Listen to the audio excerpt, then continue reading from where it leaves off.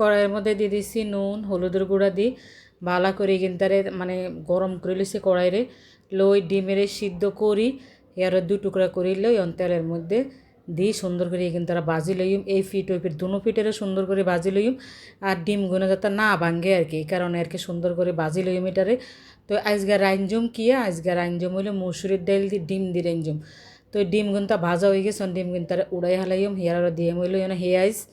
দিয়ে মইলো tomato দিউম here হরে দিয়ে মইলো জায়গার মধ্যে নুন দিউম তারপরে দিয়ে হলো হলুদের গুঁড়ি জিরার গুঁড়ি মরিচের গুঁড়ি ধনিয়ার গুঁড়ি দিছে হলো আদা রসুন বাটা আর এটার মধ্যে কেন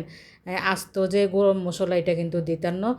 গুঁড়াটা এই জায়গার মধ্যে ব্যবহার করিম। তো দিয়ে দিছে হলো মুসুরির ডাল দিয়ে কিন্তু তারা বালা করে আবারও কষাই লইম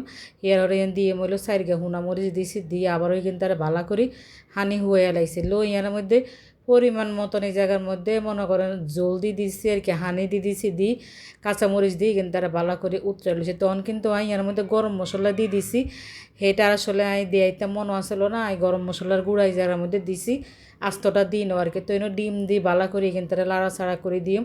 আর এটা খাইতে এত স্বাদ লাগছে এত ভালো লাগছে আরা পুরা ভাইয়ারা। তো এই যে ওই গেছে আর